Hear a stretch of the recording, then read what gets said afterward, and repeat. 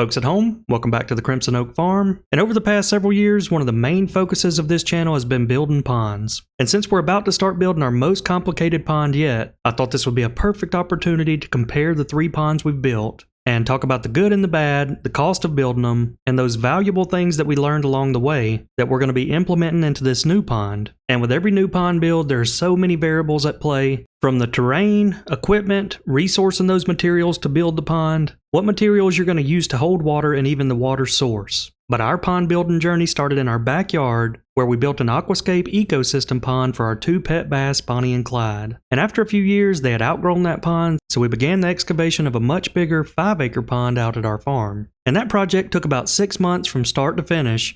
But the interesting thing is that our 3rd pond idea came from a mistake that happened while building the 5-acre pond. So while we were excavating a shallow cove, we made a mistake with our laser level and we didn't dig this area out deep enough. So I eventually dammed it off and raised prawns in it for a year. But that was just temporary because we eventually turned it into a 30,000 gallon oasis. So throughout this video, you're going to hear me reference the 3 different ponds, starting out with the original, our backyard pond. Then after that came the 5-acre pond, and then last but not least, the 30,000 gallon aquascape pond that we call Cedar Falls. But anytime you're starting a new pond build, one of the first things you have to figure out is what materials you're going to use to hold water. For instance, at the 5-acre pond, we compacted a 2-foot clay blanket around the entire pond, versus for the backyard pond in Cedar Falls, we used geotextile materials and rubber liners. And those are probably your most popular 2 options, and in some cases can be the biggest expense. For instance, at the 5-acre pond location, our farm is made up of a sandy soil that doesn't hold water, so we had to haul in over 800 truckloads of clay to build the dam up, as well as to line that clay blanket across the pond. And the reason this is so important is because by not having clay at our pond site, it came close to tripling the total cost of the pond build. And it's not because the actual clay material is expensive. It's actually pretty cheap, and some dirt pits will give it away free just to get rid of it, but the cost comes in hauling it. Just to give you guys an idea of the volume of clay we hauled in, it weighed roughly 16,000 tons, which is 32 million pounds of clay that we had to haul in. That, my friends, is moving a lot of earth around. And not only do you have to haul it in, but you have to spread it out and then use a compactor to pack the clay in and create that seal. So when it comes to your traditional style pond builds, the 5-acre pond build was a little bit more complex than most other ponds, just due to the fact that we had to haul the clay in. And for the other 2 pond builds, we used a much easier approach with the rubber liners and geotextile material. You simply spread it out over your excavated pond, and then use big boulders and logs to hold it in place. That sometimes also double as a fish cave. But before you start any pond build, one of the most important things you have to decide is what is the goal of the pond. So for the 5-acre pond, one of our biggest goals was growing big bass that could hopefully reach 10 pounds one day. And since we're big fishermen, we also wanted a pond that we could fish in. But for the other 2 ponds, the goals were completely different, and people often call them aquascape ecosystem ponds because whenever they're built, they're designed to be a complete ecosystem that's built with aquatic plants, filtration, aeration, and even fish that complete all the parts of an ecosystem. And each individual component of these ponds work together to benefit the pond as a whole. And the other beauty of this design is it gives you crystal clear water so you can interact and learn about the fish and other species that live in it. But speaking of water, that's another one of those very important factors you need to plan out before you build your pond. For instance, at the 5-acre pond, it took us roughly 60 days to fill it all the way up. And we used natural rainfall and also dug a well that pumped 100 gallons per minute. But with these traditional pond builds, I'd highly recommend doing a watershed study because you typically want around 10 acres of watershed per 1 acre of pond. But during any pond build, you're going to run into a host of problems. It's only a matter of time. And we got pretty lucky to discover one of our biggest problems while we were hydro-seeding the dam. But the day after we hydro-seeded, I was flying the drone over the pond and noticed we had some wet spots that really stood out. And after a closer inspection, I found that we had a leak in our dam. So rather than drain the pond and try to rework the dam, we decided to add a 2-part polymer to help seal the leak from the inside. And once the 2 parts of these polymers are combined, they swell up to 30 times in size. So as that water was slowly trickling through the pond dam, it carried some of those polymers into the cracks, which then expanded and sealed it off. And at this point, we hadn't even added any bass yet, so we really did get lucky to find that early on. But one of the biggest differences of a traditional pond versus an aquascape style pond is the water quality and parameters. So if one of your goals of building a pond is to raise big bass, one of the quickest things you can do to help that is to have nice fertile water. So right after we filled our pond up, we added 30 tons of ag lime, and that helped us get the water's alkalinity levels above 200 parts per million. In the following spring, we started our fertilizer program, which creates a plankton bloom that feeds all of the small fish in the pond and becomes the base layer of a pond's food pyramid. And this plankton bloom gives you about a maximum of 20 inches of visibility, which also prevents most aquatic vegetation from growing in the pond.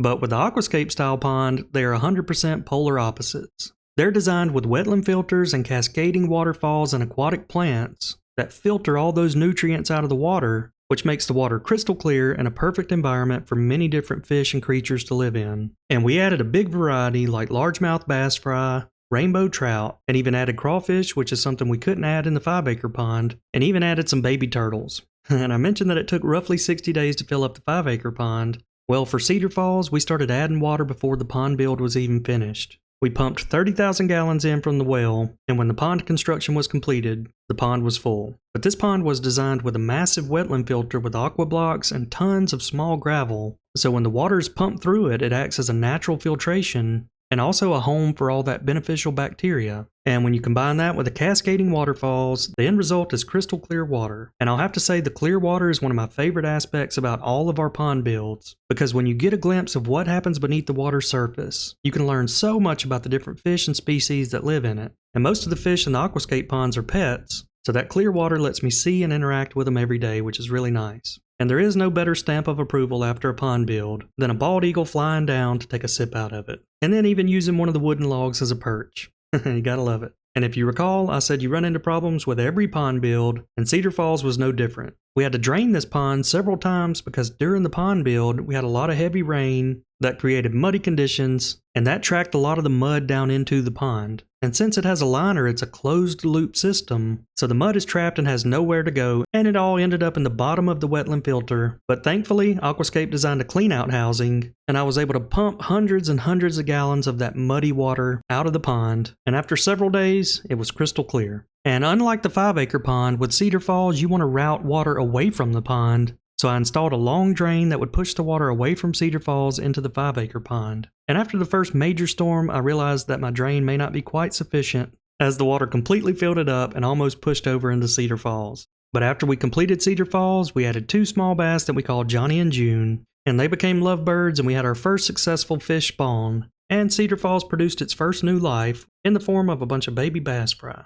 And one other aspect of pond builds that often gets overlooked is oxygen and aeration. So in the 5-acre pond, we had to add an expensive volcano pump, pushing that water up into the air, creating those bubbles when it hits the surface. But the beauty of Cedar Falls is that all of your oxygen problems are taken care of in those cascading waterfalls that lead from the main pool of water all the way up to the wetland filter, and they're much nicer to look at. But if you were to ask me which pond is my favorite, it'd be tough to answer, but I can hands down say that my favorite aspect out of all of these ponds is the clear water that we have in Cedar Falls. Because we've added a variety of different species, and a lot of them that aren't common to this area, like smallmouth and spotted bass. And by having underwater cameras and coming out here and feeding the fish every couple of days, you form a connection with them that you just can't duplicate in the 5-acre pond. So really the only time I see the bass in the 5-acre pond is when I catch them, or fly the drone overhead when they're chasing those bait fish in the shallow pockets. Which is very cool to watch, but it's not quite the same. They're not always schooled up, so sometimes it's rare to see this kind of action. But whenever we do get to see it, it is a treat, especially earlier this year when I captured a bass jumping out of the water to catch 2 dragonflies in the air.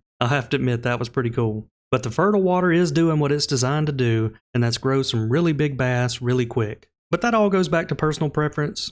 Would you rather see and interact with your fish every day, or just see them a few times a year, but potentially grow some big 10-pound bass? So now we're going to talk about pond cost for just a second. But if you're interested in a detailed breakdown of exactly how much it costs to build each pond, I've put out videos in the past and I'll try to link them down below. And for the 5-acre pond, the 2 biggest costs are in the pond building equipment and the materials needed to build the pond. These traditional style ponds are just about moving earth around. You got to excavate all the dirt out to get to the right depth that you want, then build your dam, and in our case, line the pond with clay.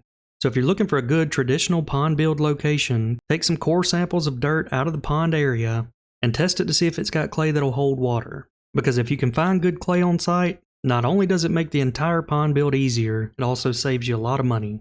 And there are other materials out there besides clay, like bentonite, and some people even use rubber liners on big ponds. But for something this size, I'd recommend staying away from the rubber liner. So the majority of the cost for this pond came in the man-hour and labors to move the dirt out and bring the clay in. But we did have some other small costs like installing a well, which is vital and helps to keep this pond full during a drought. And Cedar Falls was kind of similar in that one of our bigger costs came from hauling materials in, as we trucked in 100 tons of aqua blue stone from Wisconsin. But the really cool thing about the Aquascape crew is they get as many materials as they can from right there at the pond location. For instance, half of the material in this pond came from big cedar trees and fallen hardwoods that were right here at the farm. We also brought in mosses and different vegetation from down in the swamp. So there aren't many things that are cheap when it comes to building ponds, but we did capitalize with all the free wood on this one. We also built our beach area by hauling in some white sand from one of our local beaches. And another thing I love about this crew is they have so much pond building experience. Basically any idea you have, like building a dock or adding an extra feature, they can build it right there on site. So pretty much whatever you can dream up, they can build it. But I also don't want to downplay the labor aspect of the Aquascape builds. It's pretty labor intensive when it comes to setting all these big boulders and logs, and requires a lot of experience and vision to make it look good and all tie in together.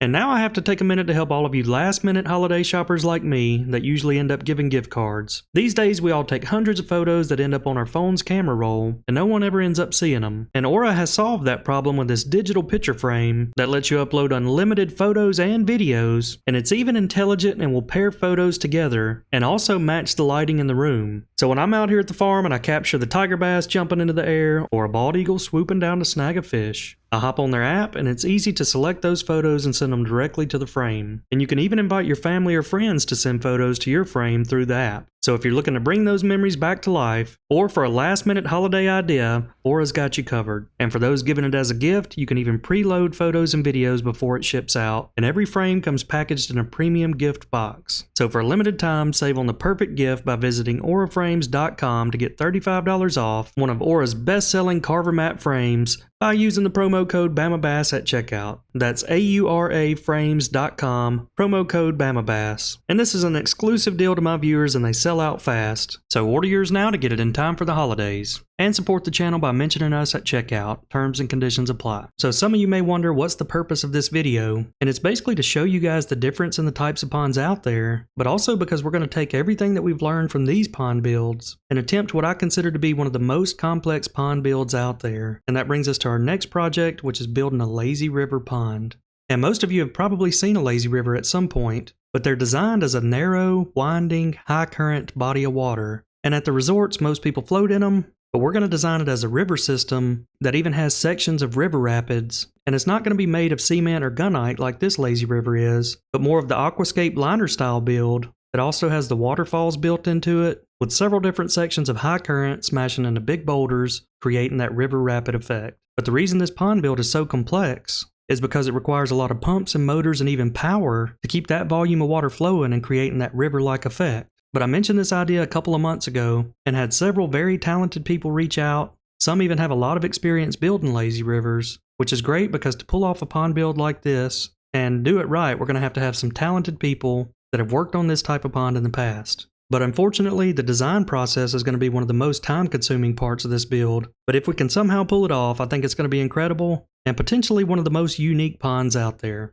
And I've had a lot of people ask me in the past, why are you building another pond? Because some people would just kick back and enjoy the ponds like I already have. But for those of you that have watched the channel for a while, you know that I'm always up for the next big challenge. And this particular build is going to combine engineering with pond building, which have got to be my two favorite things. So a lot to look forward to on this next project, but now I have a few exciting things to tell you about that are happening out here at the farm. So if you're new to the channel, we built an eagle tower nest right here by the 5-acre pond, and I'm happy to say we finally had an adult bald eagle stop by to potentially use this as their nesting site. And we already have a pair of bald eagles that are nesting about 200 yards away from the pond, and I'm hoping that this is a new eagle to this area that hasn't found their nesting site yet, because I've read that once an eagle chooses a nesting location, they use it for life. And I'm no eagle expert, so I could be wrong, but I'm thinking this could be a young 4 to 5 year old eagle, just based on seeing some of those white specks in its feathers. Because I know when they're a juvenile, they have a lot of white, especially in their breast area. But you're about to see the other reason that I think this is a new eagle. And you can see that this guy is eyeing something that's flying over him. And folks, I think we got an eagle fight on our hands.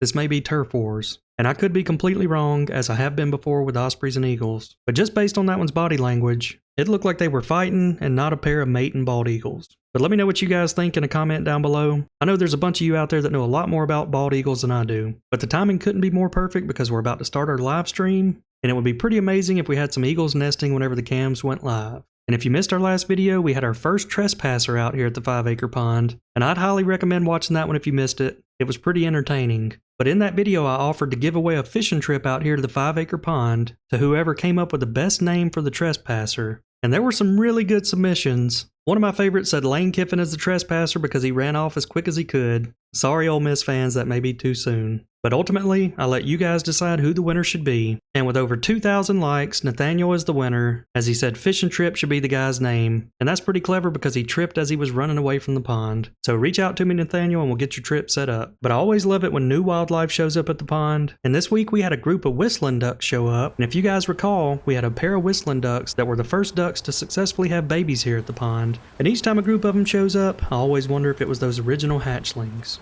But they showed up on a cold, rainy day and slept most of the morning and then started feeding around the pond's edge. And I always wonder if we have a lack of duck activity because of the bald eagles. Some ducks in the past, like Romeo, don't seem to mind. But as you can see here, this eagle is perched on the side of the pond, hovering over them most of the day. And if I was a duck, I probably wouldn't like it.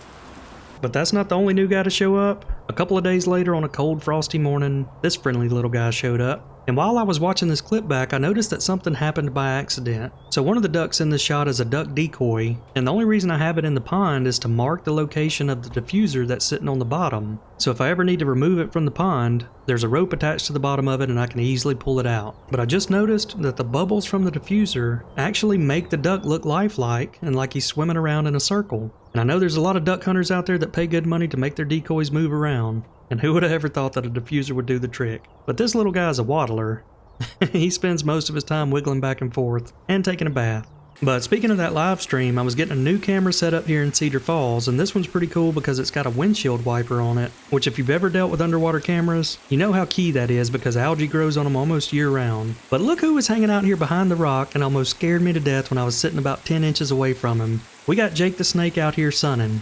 Man, Jake is getting big. He must be eating a lot of those shiners. But they also do a form of hibernation. I can't recall the term for it. Some of you guys can leave it in a comment down below. But snakes are almost like a bear during the cold winter, as they lower their metabolism and stay as still as they possibly can, and basically just survive the winter months. But back to the camera, this is a pretty incredible design. I can't tell you how many times I've had to stick my hands down in the freezing water to clean the algae off the camera lens. And we're actually going to set this up where you guys that are watching the live stream can actuate this wiper every so often. Make sure we give you that clean underwater view. So I've already got one underwater camera set up over in that corner, and I'm going to add this one in the shallow pocket, but the main reason for that is throughout parts of the day, when the sun shines directly into the camera, it can ruin the image, so I'd like to have multiple cameras to toggle through, so we always have a good shot no matter what time of day it is. Oh, I think Jake the Snake finally woke up with all this commotion. Looks like his eyes are open now.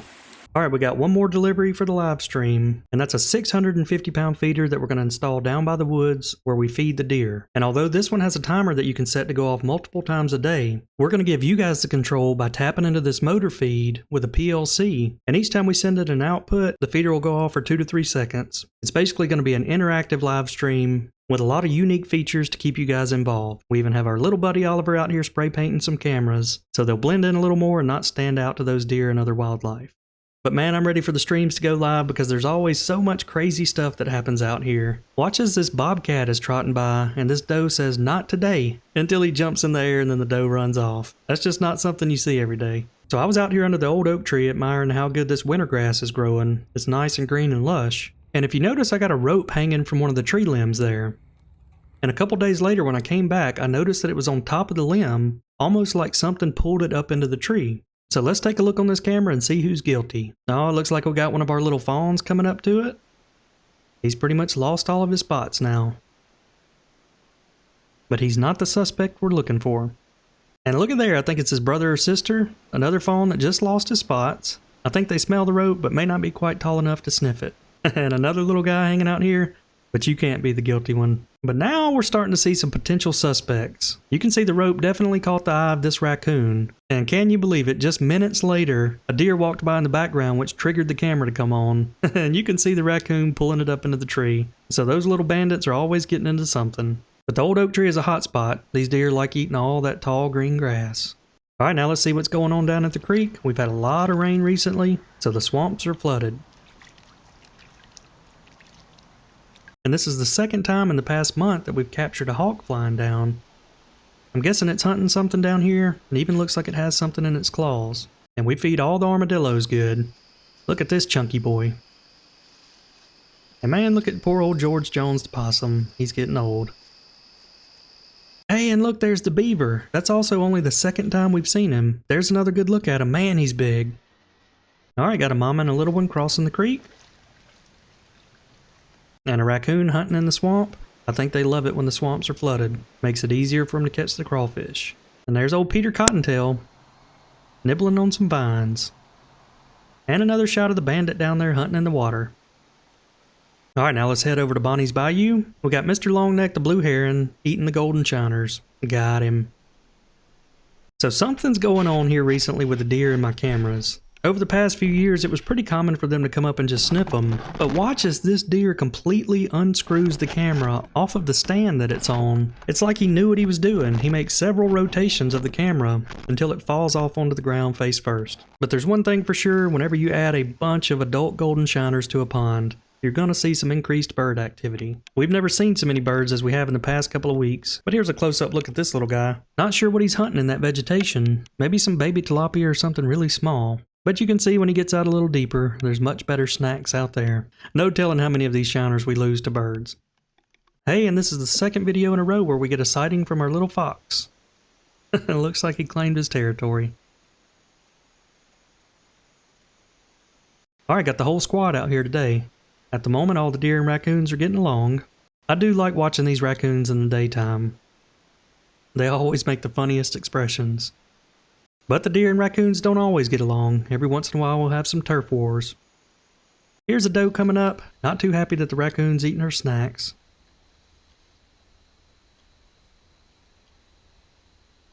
Hey, and check that out.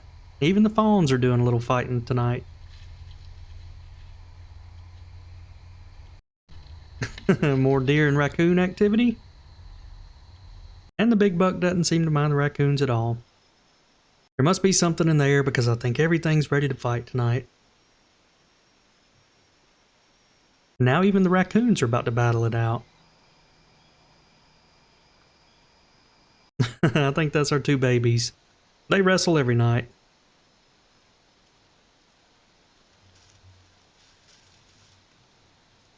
Maybe the cold weather has everybody on edge because we've seen the eagles, the whitebirds, the deer, and the raccoons all fighting today. And a couple of babies trying to feed, but Mama's not having it. Oh, I think the raccoons hear something suspicious. They're not going to stick around to see what it is. So I don't have much free time, but as often as I can, I like to set up right here in this area of the shop, because this is one of the most active corners of the pond this time of year. And ever since we added those adult golden shiners, it has been mayhem. You guys know how much I love topwater strikes. And there's pretty much one every few seconds, especially in the afternoons. But nothing better than sitting back, watching your fish grow. Alright, now let's check in on the squirrel house that's up in the old oak tree. First up, we got Chip the squirrel, coming in, giving a close inspection to the camera. Comes back a couple days later and does the same thing. Not sure what he's after, maybe there's some food up above the camera. But hey, we got Mr. Raccoon coming through one night. Gotta see what the bandit's up to. This little guy's the rope snatcher. But nothing interesting enough to bring him inside the house.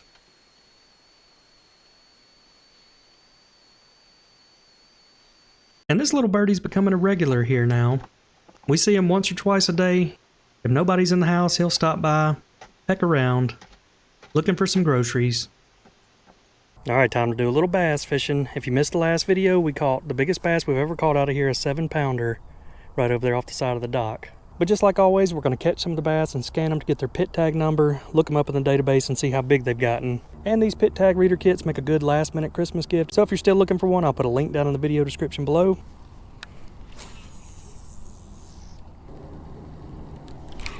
Got him. Oh yeah, nice one. And there we go. Little butterball. I like seeing them round like that.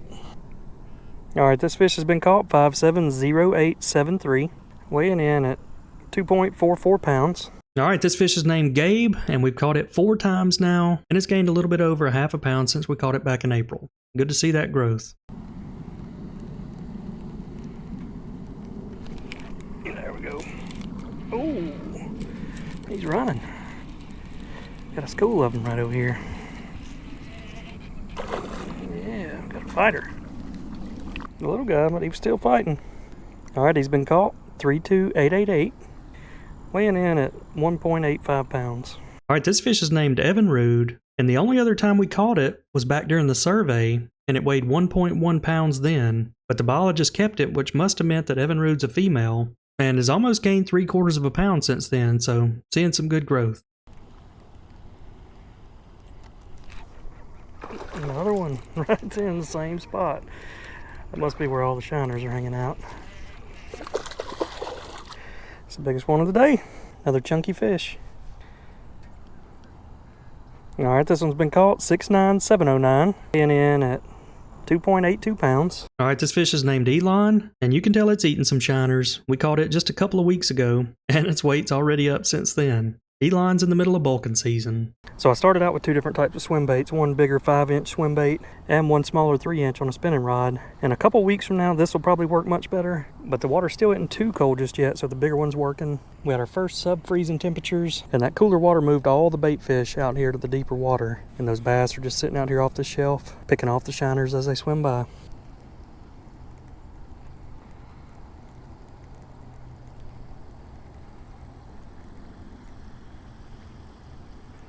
Wow, right at the bank. Got him. Man, I could see that one strike it. Look at that big mouth. 3-pounder. Alright, this one's been caught 570730, 3.06 pounds. Alright, this fish is named Elvis, and another fish that's shown some good growth in just the past couple of months. It hadn't even been 2 full months yet, and Elvis has already grown a half a pound. So those shiners are paying off.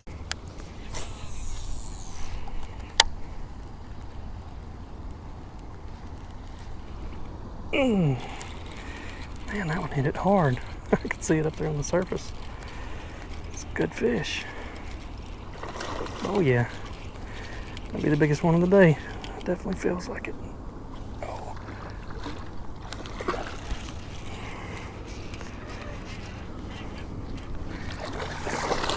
Got him.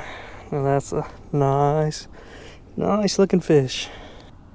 Alright, this fish has been caught 33540, about 3.52 pounds. Alright, this fish is named Finley, 5th time we've caught it, and another fish that's almost gained a half a pound in a short amount of time.